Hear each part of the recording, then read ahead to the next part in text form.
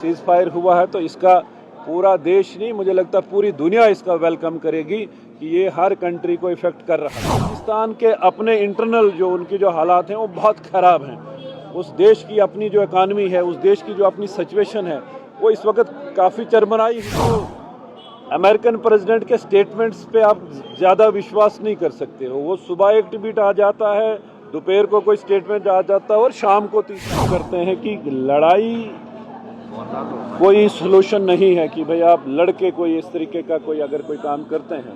Cease fire हुआ है, काफ़ी परेशान लोग थे और पूरे इस मिडल ईस्ट की लड़ाई से, जिसमें इजराइल, ईरान और अमेरिका जिसमें इन्वॉल्व थे, इससे पूरी दुनिया में इसका इफेक्ट हो रहा था। और ख़ासकर आपने देखा होगा डीजल, पेट्रोल, एलपीजी को लेकर एक चिंता पूरे विश्व में थी कि ये कब जितना जल्दी हो सके ये लड़ाई ख़त्म हो जाए। ये सीज फायर हुआ है, हम इसका वेलकम करते हैं और मुझे विश्वास है कि आने वाले टाइम में अगर ये जो दिखते हैं, जो हमारे देश में तो उतनी नहीं आई, हमारे पास स्टॉक था, लेकिन कुछ मुल्कों में तो लोग अब वो बाइसिकल चलाने शुरू हो गए, टांगे बाहर आ गए हैं, घोड़े वगैरह उनको चलाना शुरू कर गए हैं। एक बहुत अच्छा कदम इसका हम वेलकम करते हैं कि मैंने पहले कहा कि लड़ाई जो है वो कोई सोल्यूशन किसी बात का नहीं है। अल्टीमेटली आपको टेबल पे नेगोशिएट करना पड़ता है, बातचीत करनी पड़ती है और ये जो डिसीजन हुआ है इसका हम स्वागत करते हैं। देखिए, इंडियन मार्केट में बहुत अच्छा प्रभाव इसका रहेगा।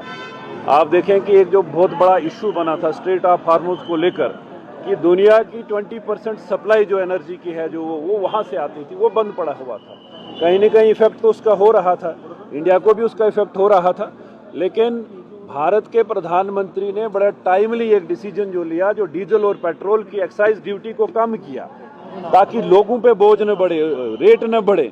तो अब इसके खुलने से, स्ट्रेट ऑफ हार्मोज जब खुलेगा तो कोई दिक्कत मुझे नहीं लगता किसी को रहने वाली है, क्योंकि देश हमारे पास यहाँ पे 2 महीने का स्टॉक था, आज 35-37 दिन हो चुके हैं। आने वाले टाइम में क्राइसिस हो सकते थे और सीज फायर हुआ है तो इसका पूरा देश नहीं, मुझे लगता पूरी दुनिया इसका वेलकम करेगी कि ये हर कंट्री को इफेक्ट कर रहा था।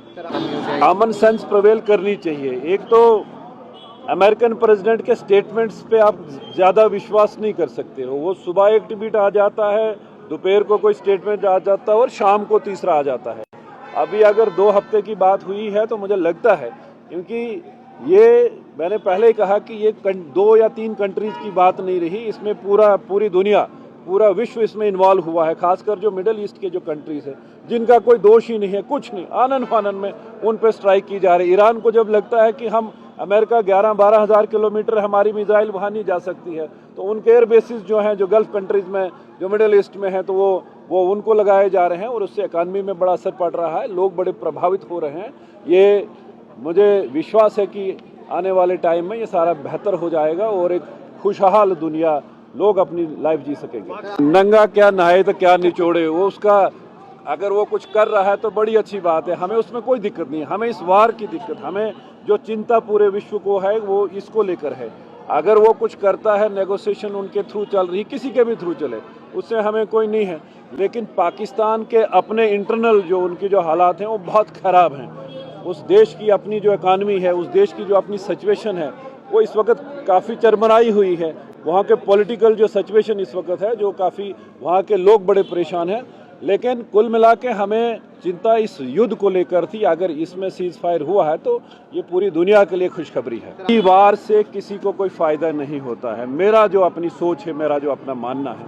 लेकिन अब वो लड़ाई ईरान इजराइल की है और वहाँ से अमेरिका उनको सपोर्ट करता है, तो वो उनकी सोच क्या है। लेकिन हमारा ये मानना है कि लड़ाई कोई सोल्यूशन नहीं है, कि लड़ाई से आपने हज़ारों लोगों, बेगुनाह लोगों को आपने मार दिया वहाँ मिसाइल दाग के, और लाखों करोड़ों का, अरबों का नुकसान वो वहाँ पे हुआ। अब जब नेगोशिएशन टेबल पे आएंगे तो वो सारी बातें होंगी कि भाई जिसका ये नुकसान है उसकी भरपाई कौन करेगा, वो सारी चीज़ें डिस्कशन में आएंगी।